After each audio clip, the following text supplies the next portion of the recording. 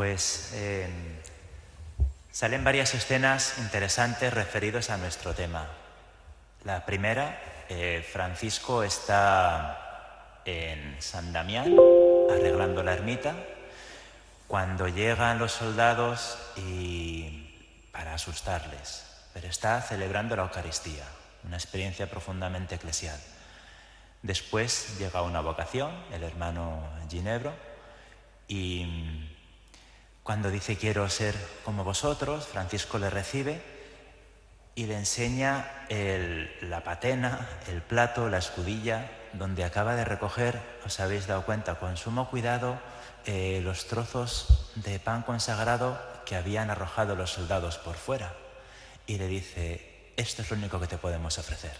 Francisco es consciente de que lo mejor que puede ofrecer a este hermano es al mismo Cristo, a ese Cristo roto, ese pan que acaba de ser consagrado roto, que ha sido tirado por el suelo, pero es la gran riqueza de Francisco. Por eso lo coge con más reverencia que un rico cogería monedas de oro por el suelo.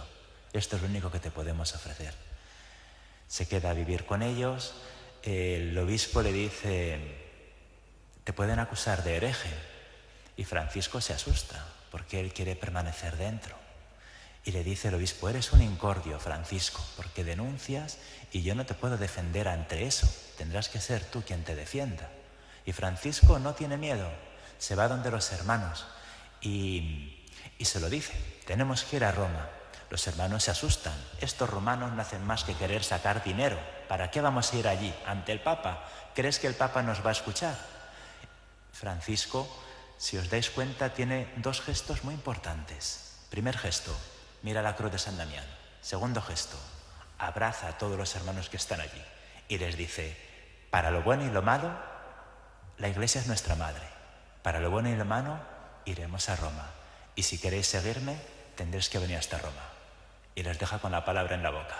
Francisco tiene muy clara su experiencia eclesial. Vamos a andar en ello. Bueno, por eso os decía que la primera parte de lo que quería hoy deciros pasa por la experiencia vital de Francisco con la Iglesia. Me parece esto muy importante porque nos ayuda a cada uno de nosotros a saber qué experiencia tengo de Iglesia. ¿Para qué? Primero, para ser agradecidos, para ser conscientes de lo que he vivido con la Iglesia y para construir un futuro en la Iglesia. Muchas veces cuando nosotros hablamos de la Iglesia, pensamos en la Iglesia, grupos, no vosotros, ¿no? Grupos de fuera, más ajenos quizá a nuestras parroquias, piensan que la Iglesia es el Papa, el Vaticano, documentos o tal, ¿no? La Iglesia acusada de pederastia, la Iglesia es la que está en misiones, la Iglesia es tal, pero no caemos en la cuenta que la Iglesia somos cada uno de nosotros. Vosotros sí, por eso estáis celebrando esta semana y hablando de sinodalidad, que precisamente es esta experiencia de construir, hacer camino juntos, es lo que significa esta palabra. Por eso me parecía muy importante hacer como punto de partida un recorrido de la vida de Francisco en la Iglesia. Francisco sin la Iglesia es ininteligible. Con estas palabras tan determinantes, Julio Micó, capuchino, describe la relación entre Francisco y la Iglesia. Pero, ¿qué experiencia tiene Francisco de la Iglesia? Desde finales del siglo XIX y el siglo XX, sabéis que junto a la controversia llamada la cuestión franciscana, que intenta acceder al Francisco real del siglo XIII, sin las adulteraciones propias de la edad de cada biografía de la época, respecto al tema de la experiencia eclesial, también podemos encontrar tres posturas, ¿no? El tema de la cuestión franciscana, quizá habéis oído hablar de él en alguna ocasión, consiste en que Francisco fue tan grande que a los 44 años murió y a los 44 años tenía miles de seguidores. Tenía más de 5.000 hermanos dentro de la orden de hermanos menores y otros muchos ya, como franciscanos seglares, ya Clara había empezado su camino, estaba muy extendida. Entonces empezaron a hacer a surgir biografías, ¿no? La primera, pues de Celano, se la pide el Papa, muy bien, la escribe. Después escribe Celano una segunda biografía, bastante diferente de la primera. Empiezan a surgir otras, ¿no? ¿Quién es el verdadero Francisco? La gente se pregunta, porque es el del primero de Celano, el del segundo de Celano. San Buenaventura dice, nada, mira, quemamos todas las biografías anteriores y yo voy a hacer la buena, la oficial, la auténtica, ¿no? Biografía de San Buenaventura, la leyenda mayor. Y así hemos estado hasta que en el siglo XX pues fueron apareciendo, mira, si existe también la leyenda de los tres compañeros, y aparece Anónimo de Perusa y la leyenda de Perusa, y aparecen muchas biografías, ¿no? Entonces todo esto pues provoca este gran tema de la cuestión franciscana. ¿Cuál es el verdadero Francisco, no? Vayamos al Francisco histórico, no al Francisco de la leyenda, ¿no? Haciendo un paralelismo con Jesucristo, pues al Jesús histórico, no el Cristo de la fe, el Cristo que ha surgido en los siglos I, segundo, tercero, cuarto, ¿no? Entonces, os decía que junto a esta búsqueda de la experiencia auténtica de Francisco, surge también la búsqueda de la experiencia eclesial auténtica de Francisco. Y aquí tenemos, pues sobre todo, tres posturas. La de Paul Sabatier, que nos dice que Francisco habría sufrido una presión por parte de la curia romana para edulcorar el carisma profético. Francisco tuvo un carisma profético, pero por la curia romana lo tuvo que edulcorar, forzándolo por parte de la institución eclesiástica, ¿no? Entonces plantea a un Francisco con un victimismo grande referente a la Iglesia. La Iglesia va por su parte, Francisco está obligado a edulcorar su carisma y se somete, ¿no? Lutero no se sometió, Francisco sí. Eso es lo que plantea. Otra postura, Cayetaneses, ¿no? Que habla de exquisita y serena fidelidad de Francisco a la jerarquía, devoción y reverencia por la jerarquía eclesiástica, como nos manifiestan las fuentes franciscanas. Bueno, también es demasiado exagerado en la otra postura, ¿no? Tampoco es cierto que tuviera esta exquisita y serena fidelidad. Francisco tuvo realmente una visión muy profética. ¿Habéis visto que no está celebrando la misa en una catedral, no? Está en una iglesia derruida, que está levantando con sus propias manos, y es criticado por todos. El obispo le dice, te acusan de hereje y yo no te voy a defender, vete a Roma. O sea, quien quiera ocultar la dimensión profética de Francisco está faltando al verdadero Francisco, como quien quiera hacer de Francisco de Asís pues un pastor protestante que vivió al margen de la Iglesia porque no tenía nada que ver con ella, ¿no? Cualquiera de las dos posturas yo creo que son erróneas. Julio Micó, este capuchino que os he dicho antes, quiere hacer una síntesis de ambas posturas. Dice que no son facetas antagónicas. Su obediencia reverencial a la Iglesia como institución se dio junto a su debida rebeldía ante una vivencia del Evangelio eclesiásticamente descolorida e incoherente.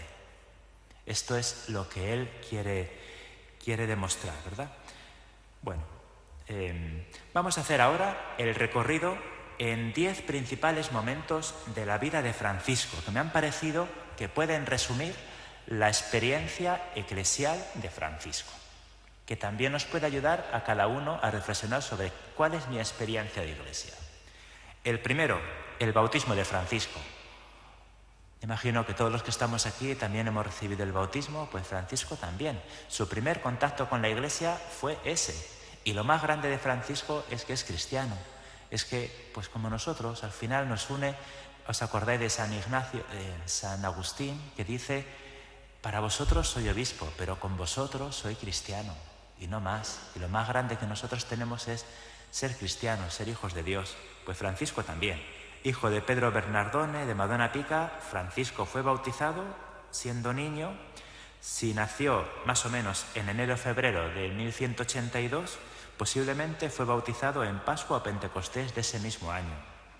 En Asís, los que habéis estado lo sabéis, se conserva la pila bautismal, donde según la tradición recibió el bautismo, a la entrada de la Catedral de San Rufino, ¿no?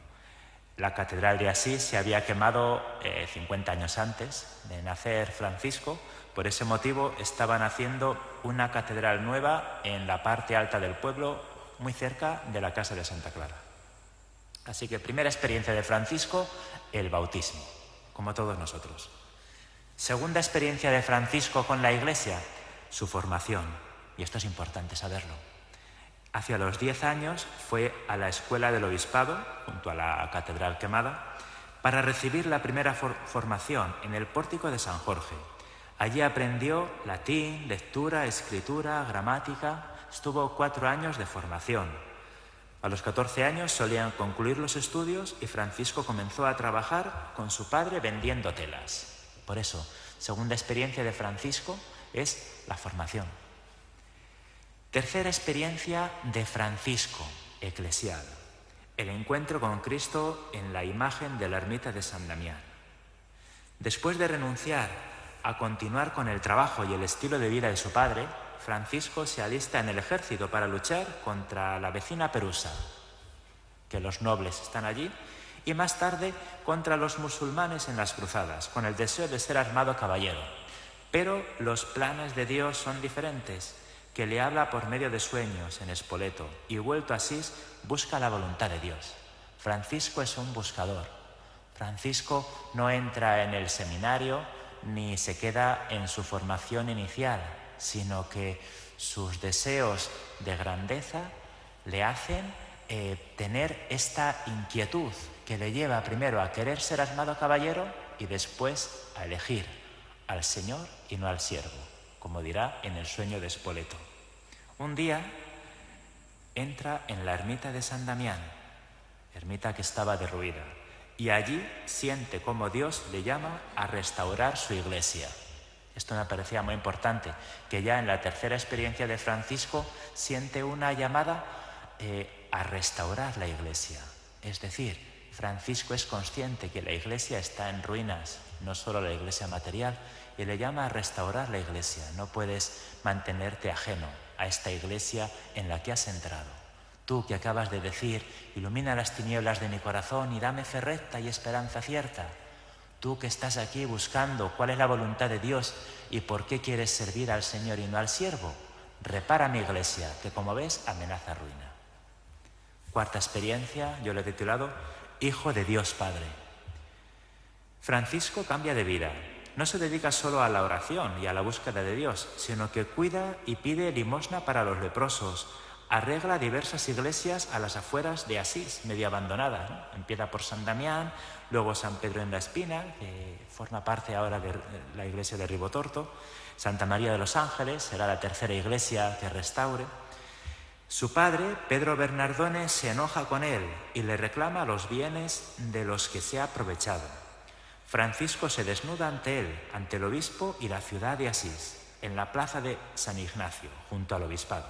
Actualmente se llama el Santuario del Despojamiento. Fue el primer sitio donde estuvo enterrado Francisco y donde ahora está enterrado, ¿cómo se llama? El patrono de los jóvenes, San Ignacio. El patrono de la juventud, desde hace muy poquitos años, está allí enterrado.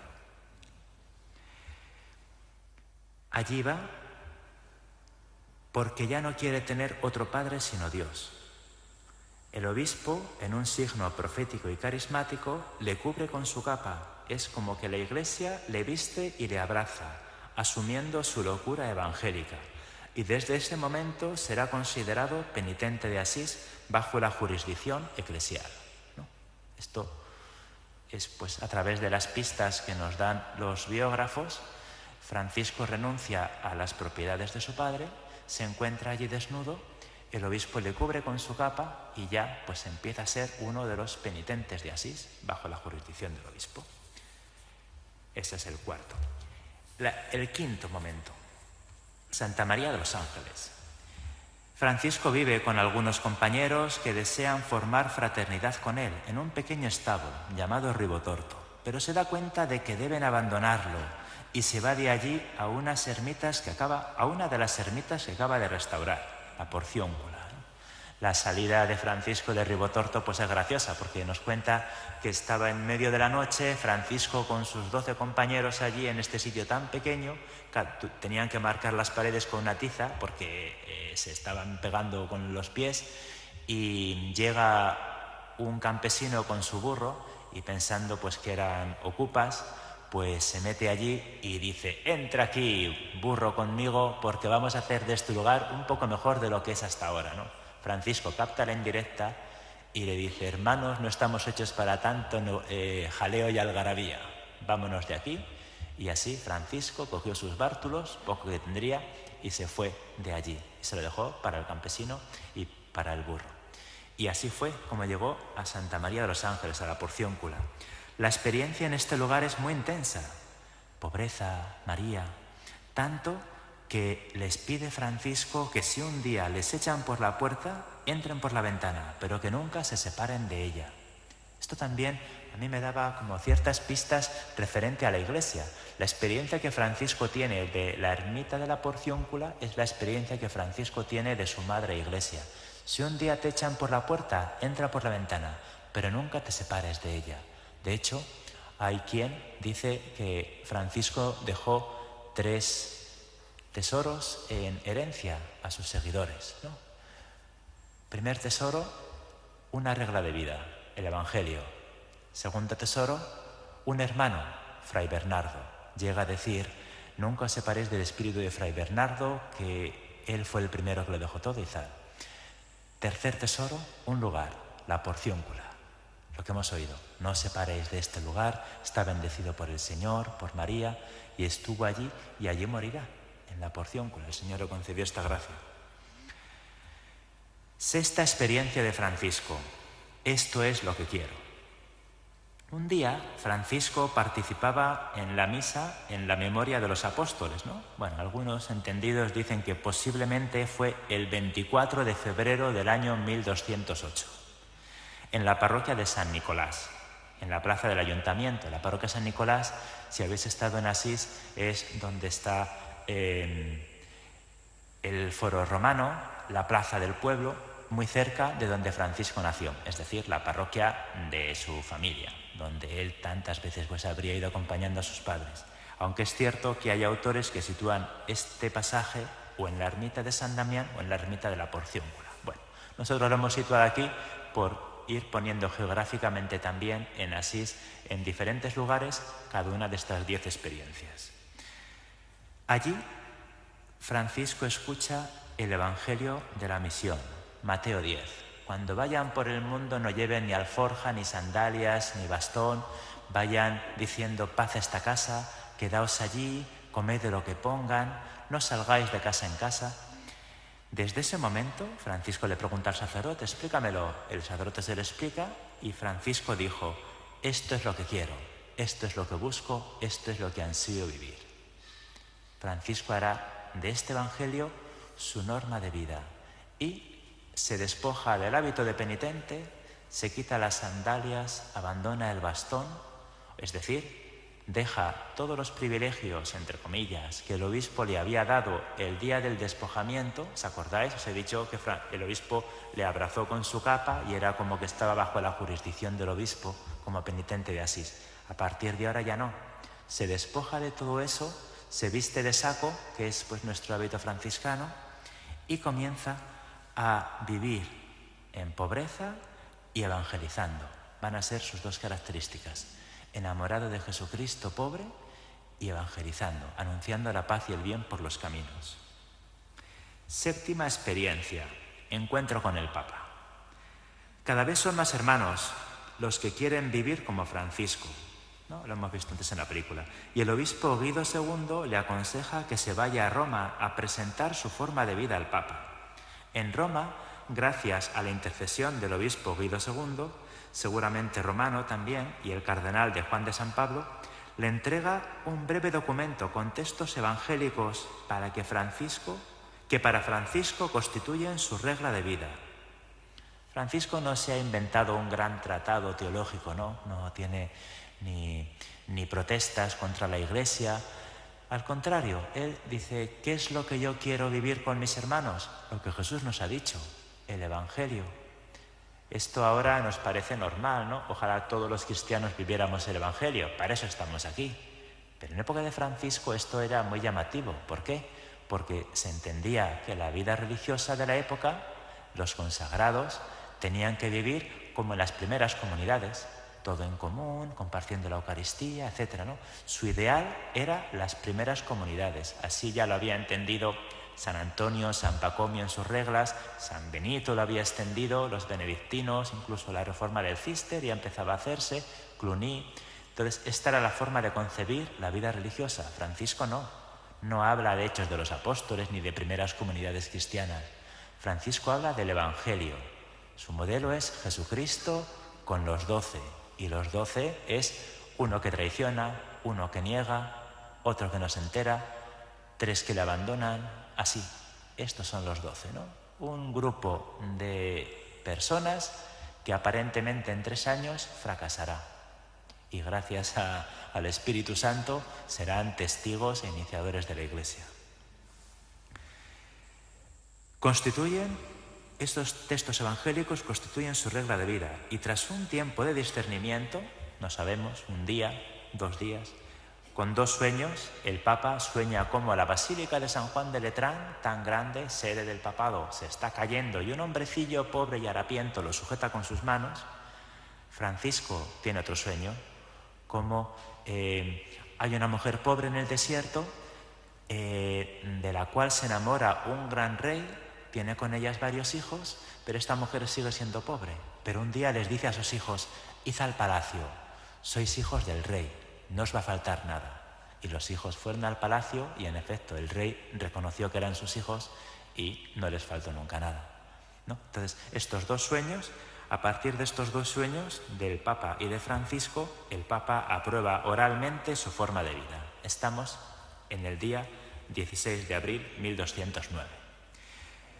Octavo encuentro o experiencia de Francisco respecto a la Iglesia. 2 privilegios papales. Ni Francisco ni Clara eran amigos de pedir privilegios a Roma, por el abuso que había respecto de las indulgencias y de otras gracias que podían comprarse con dinero, ¿no? En el trocito de la película ha salido ¿qué podemos hacer en Roma si están tan ansiosos de dinero, ¿no? De construir basílicas, etc.? Pero en el año 1216, casualmente, ambos santos acuden al Papa para pedir un privilegio especial. Y en este hecho yo también he visto la relación de Francisco con la Iglesia. Vamos a ver. ¿Qué privilegios piden? Francisco pedirá la indulgencia de la porciúncula, que consiste en una gracia que da la Santa Sede a todas las personas que peregrinan a la porciúncula el día 2 de agosto, sin necesidad de dar limosna. Hay algunas biografías, muy poquitas, recogen, porque se ha mezclado con muchas leyendas, ¿no? Cómo fue el don de la porciúncula a Francisco y cuando Francisco lo expuso al obispo de Asís y a los otros obispos de la zona, ¿no? Entonces esto pues digo que es llamativo porque en su época fue muy curioso que alguien pidiera para una iglesia una indulgencia que no tuviera ningún beneficio económico para la iglesia. Este es el privilegio que pide Francisco. ¿Y Clara? ¿Qué privilegio pide en el 1216? El privilegio de la pobreza, que consiste en que nadie pueda obligar a ningún convento de hermanas a tener rentas ni posesiones. Privilegio de la porciúncula, privilegio de la pobreza. 1216, yo creo que marca muy claramente la relación de Francisco con la Iglesia. La Iglesia es tu madre, a quien acudes para pedir privilegios, pero no para buscar mi propio interés, sino el interés de que se salve cuanta más gente mejor, el interés de vivir libre y pobre abrazando el Evangelio. 9º punto, un cardenal protector para la orden. En el año 1217, la orden franciscana se había extendido tanto, ya eran unos 3.000 hermanos, que era necesario dividirla en provincias que tuvieran sus propios capítulos. En esa época se sitúan predicaciones de Francisco en Francia, defendiendo la misa diaria y la devoción al cuerpo del Señor. Francisco pues está predicando. En febrero del año 1218, Francisco predicó ante el Papa.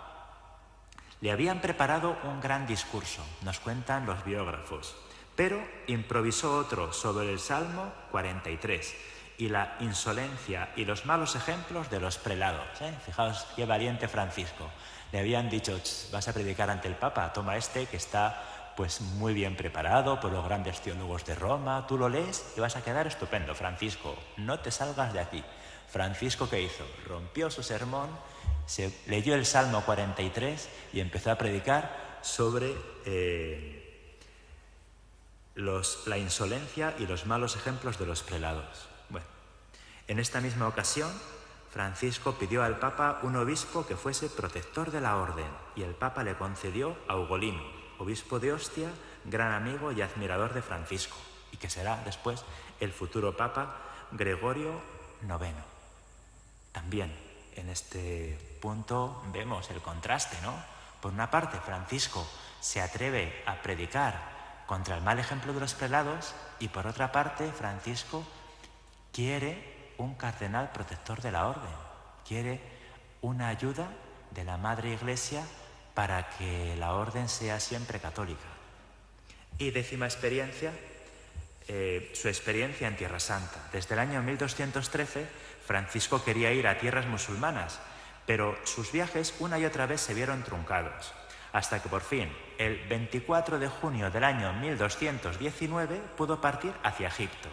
Se detuvo primero en San Juan de Acre, donde había una pequeña fraternidad con Fray Elías como provincial, y con el hermano iluminado. Se encaminó al norte de Egipto, a Damieta, para entrevistarse con el sultán Melech el-Kamil. Allí le pudo hacer una petición, que respetase a los cristianos y los lugares santos de Tierra Santa. El sultán le dio un salvoconducto para que los musulmanes no lo molestasen en Tierra Santa, un salvoconducto que no nos ha quedado. Bueno, hay algunos que dicen que el salvoconducto fue el shofar, el cuerno sagrado que tenemos en Asís como reliquia de este encuentro. Otros, los más, dicen que el salvoconducto fue la vida de Francisco. Pensad que los musulmanes de aquella época tenían orden de cortar la cabeza de cualquier cristiano que se encontrasen. Cada cabeza cortada de un cristiano le daba el sultán una moneda de oro. Si Francisco e Iluminado pudieron conservar su cabeza sobre los hombros es porque le había dado una contraseña al hermano Iluminado. Si nos cogen, di la palabra sultán, sultán, continuamente. Y así, pues a ver si nos llevan ante el sultán, ¿no? Tantas veces dijo la palabra sultán que los que le iban a matar dijeron, igual conoce al sultán, vamos a llevarle. El sultán era un hombre culto, sabía latín y pudo hablar con Francisco. Y entonces, a raíz de esta conversación, es cuando descubrió en Francisco un hombre de paz y se lo concedió. Le concedió poder vivir en Tierra Santa hasta hoy. Sabéis que los franciscanos estamos allí custodiando los santos lugares. 800 años llevamos allí, justamente hemos cumplido 800 años hace muy poquito tiempo. Y esto fue gracias a este encuentro.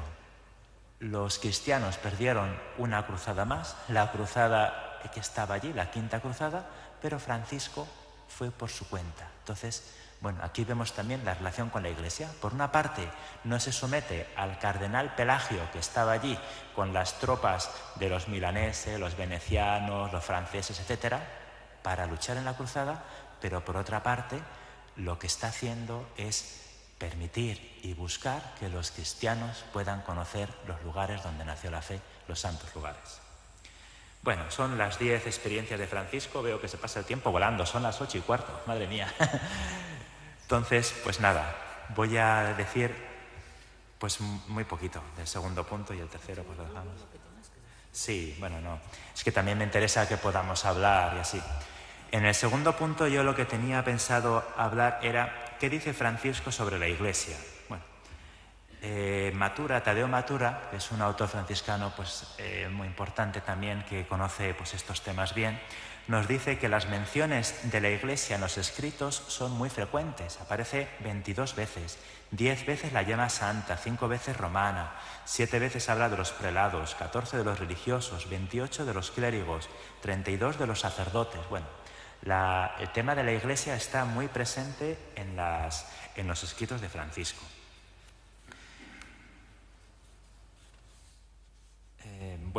Las oraciones, las cartas, simplemente avisos espirituales. En los avisos espirituales, por ejemplo, son 28 admoniciones. Destacamos la primera sobre la Eucaristía, la tercera sobre la verdadera obediencia, la cuarta sobre la prelacía, de la que nadie debe apropiarse. Obediencia filial a lo que vive y enseña la Iglesia, pero con profetismo denunciador, que busca ser menor, también en el seno de la Iglesia. Por eso, leyendo los avisos espirituales, leyendo las admoniciones, percibimos también cuál es la experiencia de Francisco. Francisco es tan grande que es capaz de decirte en la primera admonición: ama y venera el cuerpo del Señor. Mirad la humildad de Dios, cómo desde el trono real desciende a las manos del sacerdote. Pues así, desde el trono real, descendió al seno de María y así fue crucificado en la cruz, ¿no? Ese es Francisco auténtico. Pero también es Francisco auténtico cuando en la cuarta admonición dice que nadie ansíe tener prelacías. No aspiréis a ningún cargo, no deseéis ningún título ni privilegios a la Santa Madre Iglesia Romana. Es capaz de lo uno y de lo otro. Por eso la visión esta unitaria que tenía Julio Micó, que os he dicho al principio, es la que mejor, a mi parecer, refleja el verdadero Francisco de Asís. Esto que os he dicho de los avisos espirituales lo podemos encontrar en cada uno de los bloques de las oraciones, realmente. Vamos al último, por ejemplo, o el penúltimo. Los textos legislativos reúnen 3 reglas de vida y 2 escritos para las hermanas. Desde el prólogo de la primera regla se puede observar fidelidad y obediencia a la Iglesia. Francisco comienza diciendo: prometo obediencia y reverencia al señor Papa. El capítulo 19 de la regla novulada pide a los hermanos que vivan católicamente, pero en otros capítulos, como el 16, es tan revolucionario que anima a predicar con el ejemplo y con la vida. Y después digan que son cristianos. Y otra forma de predicar, con la palabra. Pero la primera que pone es eso. Esto seguro que igual a muchos predicadores famosos de la época les rechinaría, ¿no? Porque les parecía, dice, pero bueno, el sacerdote tiene que predicar y tiene que estar en el púlpito para convertir a todos los infieles. Pues no, Francisco de Asís precisamente lo que quiere es eso, que vivan entre ellos, que se porten bien, que digan que son cristianos. Si alguien les pregunta ¿por qué hacéis eso?, decid que sois cristianos, ¿no? Y si a tanto llega vuestra sabiduría, os permite las circunstancias, predicad el Evangelio. Eso sí, también. Y el último bloque es el de las últimas recomendaciones. Destacamos el testamento, además de la bendición al hermano Bernardo, últimas voluntades de Santa Clara. En él habla explícitamente de la fe que el Señor le ha dado en la Santa Iglesia Romana y en los pobrecillos sacerdotes. Pero también, que fijaos explícitamente dice, ¿no?, como Francisco en su testamento, cuando sabe que ya le queda muy poco tiempo de vida, habla como una de las cosas grandes que tiene de Dios recibidas y que puede dar a sus hermanos, la fe en la Santa Iglesia Romana y en los pobrecillos sacerdotes. Pero a la vez, unas líneas después, parece que fuera de otro autor, propone como un modo de vida muy desconcertante y profético en la época: y yo trabajaba con mis manos, y quiero trabajar, y hospédense como forasteros y peregrinos, sin tener nada propio, y no pidan privilegios a la Iglesia. Es el mismo Francisco el que dice esto segundo que el que ha dicho que tiene esta fe en la Santa Iglesia Romana.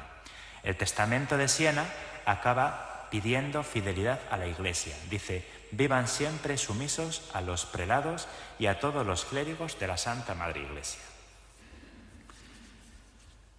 Bueno, hermanos, este es el recorrido con el que he querido expresar y desgranar todos los pasos de la vivencia de Francisco y de los escritos de Francisco para conocer al hermano Francisco. Pues si tenéis alguna pregunta o comentario. Bueno, pues un poco por problemas de tiempo y de no alargar demasiado, pues Luis ha reducido un poco toda la última parte, ¿verdad?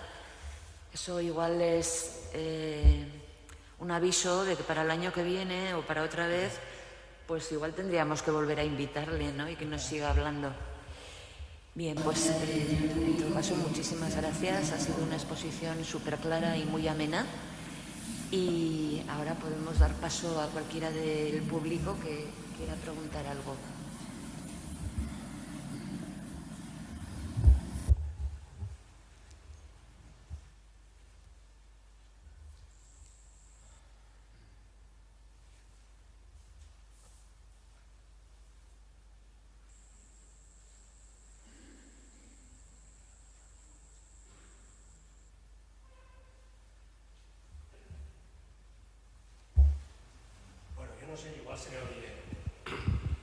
Buenas tardes. Buenas tardes. Gracias por esta hermosa y profunda charla. Yo te voy a hacer una pregunta que seguramente es una pregunta típica. Cuando se habla de la vida de San Francisco y de la espiritualidad franciscana y la de Francisco, yo hay una cosa que no acabo de entender, sinceramente, y es el tema de la pobreza. Entiendo perfectamente cómo la plantea Francisco, pero no sé de qué manera podríamos nosotros, hoy actualmente, en esta Europa nuestra, en este país, en España, en Navarra, en este estado del bienestar, actualizar esa propuesta de vivir el Evangelio desde la pobreza. No sé qué te parece, qué opinas. Sí, bueno, la pobreza es un tema que nos ha rondado franciscanos desde hace 800 años, ¿no? Y yo creo que es clave, es nuestra piedra de toque, es nuestro distintivo y nuestra denuncia. Entonces, ¿cómo poder vivir la pobreza hoy? Bueno, nosotros cuando profesamos hacemos un voto de sin propio, ni siquiera usamos esta palabra pobreza. ¿Por qué motivo? Bueno, pues porque hay órdenes o congregaciones pues, que lo viven de otra forma, pues tienen su dinero, sus bienes, pues muy bien. Hay otros que explícitamente tienen formas visibles de pobreza, pues comen en escudillas, cucharas de madera. ¿Y los franciscanos dónde estamos? Pues estamos, no sé si en medio, pero estamos en una postura en la que podemos tener unos bienes u otros bienes, pero no son nuestros.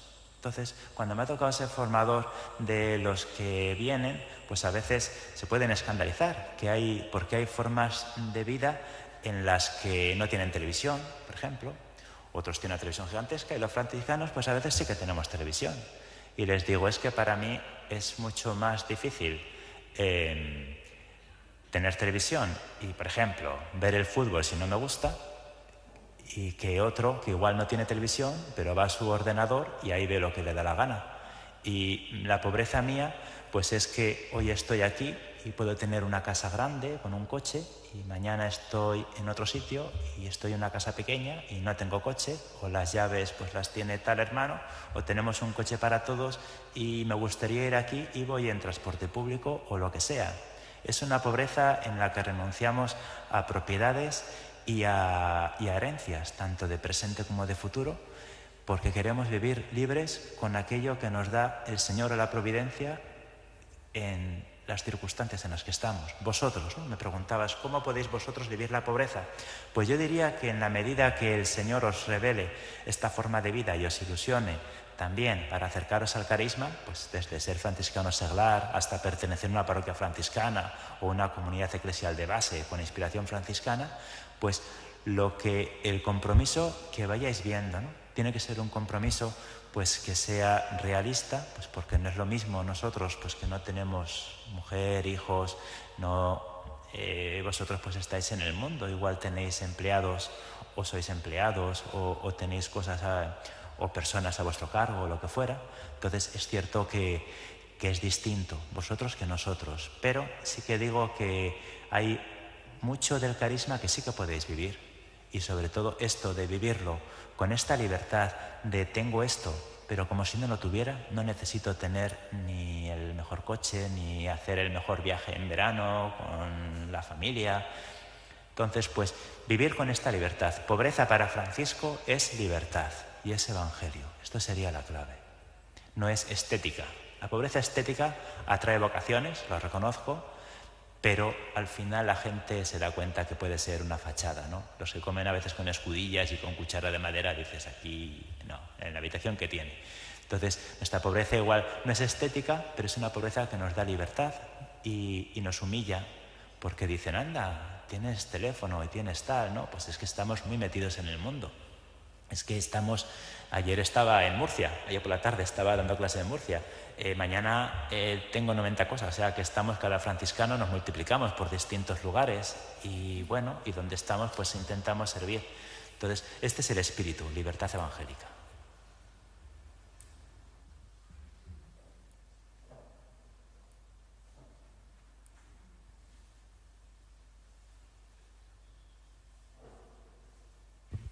Yo quisiera plantear, bueno, buenas tardes. Buenas tardes. Quisiera plantear, en estos momentos hay, vamos a decir, un movimiento que se dice, pues no es necesaria la Iglesia, o es un estorbo la Iglesia, o es un impedimento la Iglesia para vivir una espiritualidad. En el sentido de que a veces se opone la espiritualidad a una estructura eclesial. ¿Qué es lo que podría decirnos Francisco? Pues Francisco es testigo de esta síntesis. Él no renunció a la espiritualidad, ¿no? Somos los hermanos que después hemos venido, que hemos hecho pues cada uno lo que ha podido y por eso, pues bueno, pues los conventuales, capuchinos, hermanos menores, etc. Entonces, aprender de la síntesis que Francisco hizo.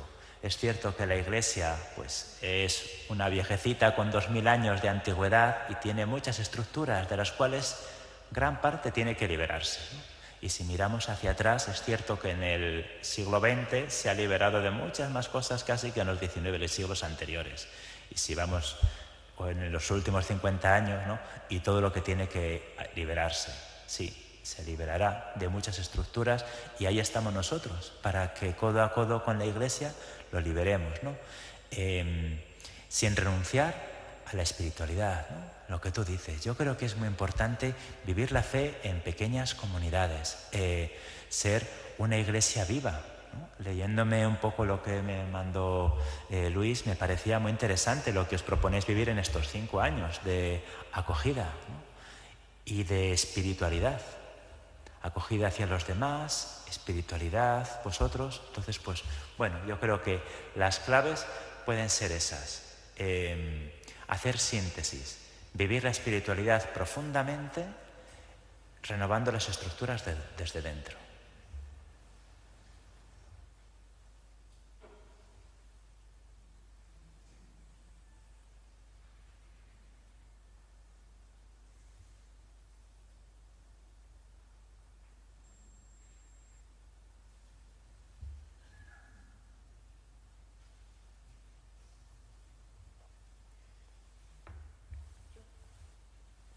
Yo sí, también desde el principio me he quedado con una frase que has dicho, ser conscientes de lo que hemos recibido de la Iglesia.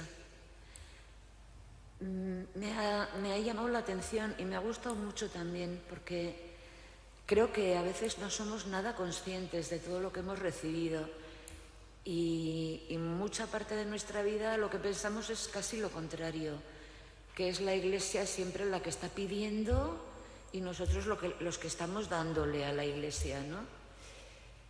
Entonces me ha gustado mucho esa...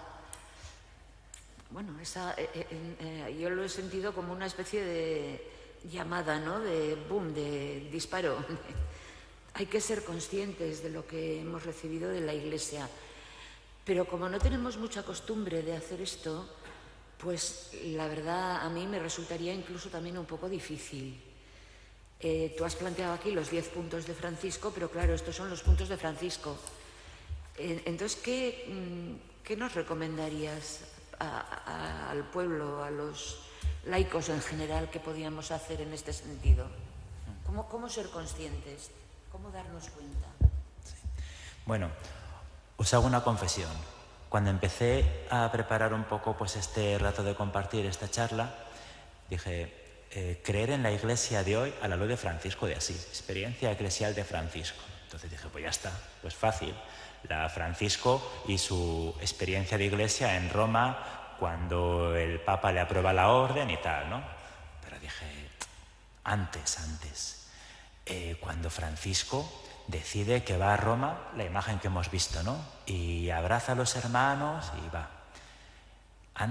Francisco tuvo experiencia de Iglesia, ¿no? Dije, vale, pues cuando Francisco reconstruye la ermita de San Damián, es la primera vez que tiene una vocación eclesial. Dios le llama a reconstruir la Iglesia, ¿no?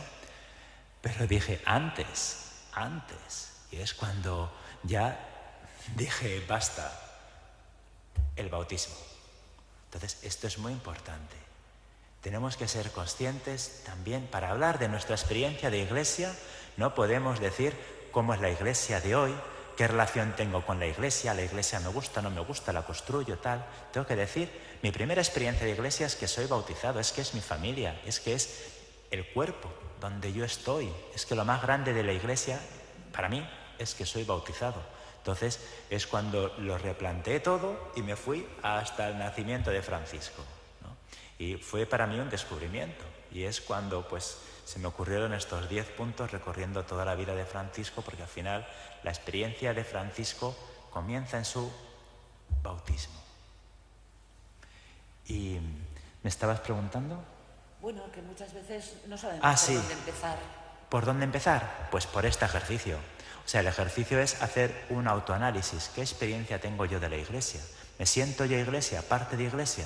Hacer esta lectura, ¿no? Lo que hemos hecho con Francisco, de recorrer toda su vida, pues hacedlo vosotros, ¿no? Vuestro bautismo, vuestra confirmación, quizá vuestro matrimonio, experiencias buenas, experiencias malas, ¿no? He dicho veces en las que Francisco se desnuda delante del obispo, o se quita el hábito de penitente porque quiere vivir sin ningún privilegio. Esto es lo que quiero, abrazando el Evangelio. O Francisco quiere reconstruir una iglesia. Entonces, leed vuestra propia experiencia de iglesia y desde ahí construid el futuro, ¿no? Con esas dos claves: profetismo, no os amoldéis, y obediencia, fidelidad. La iglesia es nuestra madre que nos ayuda a vivir la fe, porque no se puede vivir la fe sin la iglesia. Sí, bueno, Luis, gracias por todo. Igual es lo mismo que estás diciendo ya, que te estás comentando a Alicia, pero bueno, estamos en el camino del sínodo, ¿verdad? En ese proceso que quiere el Papa, que vivamos pues de adivinar, ¿no? Un ideal mayor de iglesia, un ideal de iglesia más unido a nuestro mundo actual. Pues eso es lo que dice el Papa, ¿verdad? Que soñemos y que echemos pues la imaginación a volar, pues para dar o encontrar un nuevo rostro de iglesia. Bueno, pues un poco la pregunta es, desde Francisco, desde lo que nos has dicho, lo que nos has pensado, ¿por dónde nos empujaría Francisco hacia ese ideal de iglesia en sínodo, en búsqueda a todos nosotros? Que sí, si se te ocurren pues subrayados o igual ya has dicho todo, ¿verdad? Pero bueno, si hay alguna cosa más que se te ocurre que nos puede animar en ese camino de búsqueda de iglesia renovada y con el aire, con la inspiración de Francisco de Asís. Sí. Pues mira, se me ocurren 4 puntos muy sencillos, ¿no? Si alguien me hiciera esta pregunta, independientemente de todo lo que hemos hablado, le diría 4 puntos. Y es lo que la orden franciscana ha interpretado de la herencia de Francisco, que al final responde a la vida y biografía de Francisco. Es decir, ¿por dónde empezamos este camino de ser iglesia? Por la oración, espíritu de oración y devoción, al cual ninguna cosa tiene que la oración. Segundo, fraternidad. Todos vosotros sois hermanos, todos nosotros somos hermanos. ¿Cuántas parroquias he visto que los del coro se llevan mal con los de Acción Católica y la que reza el rosario el lunes se lleva mal con la que reza el rosario el martes? No, somos hermanos. Entonces, el camino de sinodalidad se plantea desde esta fraternidad. No podemos consentir eso. Tercero, minoridad. Tenemos que aprender a ser menores. Lo que sucede en Ucrania, ¿qué me denuncia? La pandemia, ¿qué me está denunciando? Hay personas que viven solas en el territorio de mi parroquia y no me he enterado. ¿Quién ha cenado Nochebuena sin nadie en su casa? ¿Ha habido alguno? Entonces, minoridad. Acordarme de los menores. Los menores no pueden ser los leprosos del siglo XIII. Hay menores aquí, en esta parroquia, en todas las parroquias. Y cuarto, evangelización. Estamos llamados a evangelizar. No podemos quedarnos con nuestro cristianismo encerradito. Tengo que anunciar, y en el trabajo, y explícitamente. No, un fin de semana, no, pues nos vamos a ir de campo, ¿te vienes? Tengo la Eucaristía. Pero hombre, no me digas tú, de los curas, ¿todavía sigues yendo a esas cosas? Sí, porque soy cristiano. Voy a misa todos los domingos y fiestas de guardar, ¿no? Entonces, evangelización, es importante el testimonio. Esos 4 claves, diría yo, que es lo que concreta el camino de inicio: oración, fraternidad, minoridad, evangelización.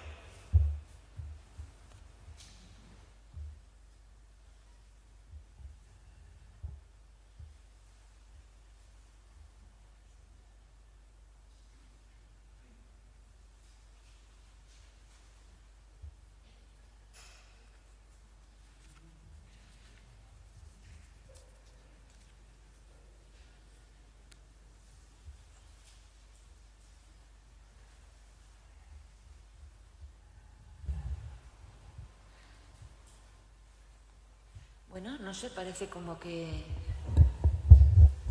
No, seguro que no es que no haya nadie que quiera preguntar, sino que es que muchos de nosotros estamos dando vueltas en nuestro interior a lo que te hemos escuchado y no sabemos quizá plasmarlo en una pregunta concreta, ¿no? Ah, mira, por allá hay.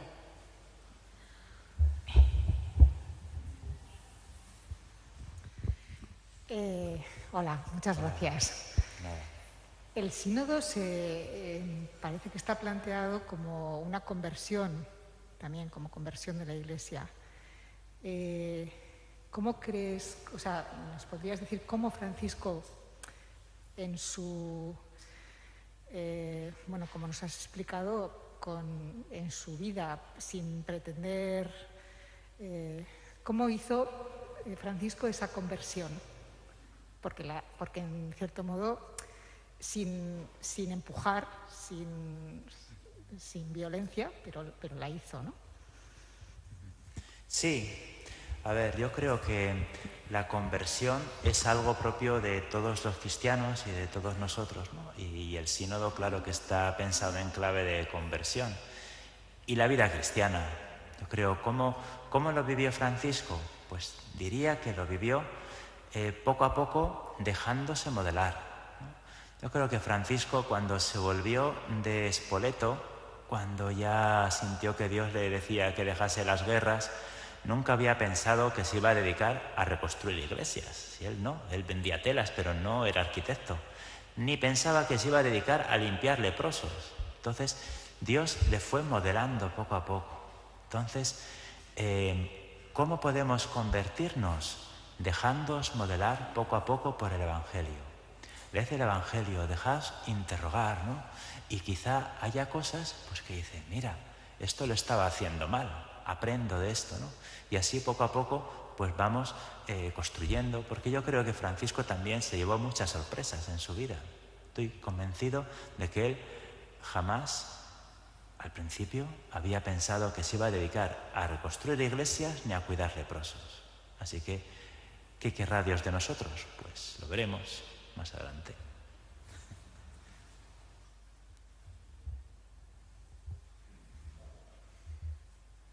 Bueno, pues hermanos de esta comunidad de San Francisco de Asís, hemos tenido el privilegio de pasar este rato con Luis Te lo agradecemos tan desde el corazón, tan desde dentro, que casi no hay palabras para expresarlo.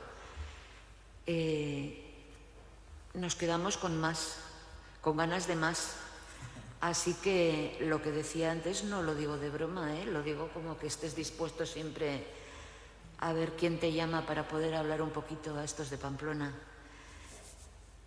Bien, pues muchísimas gracias.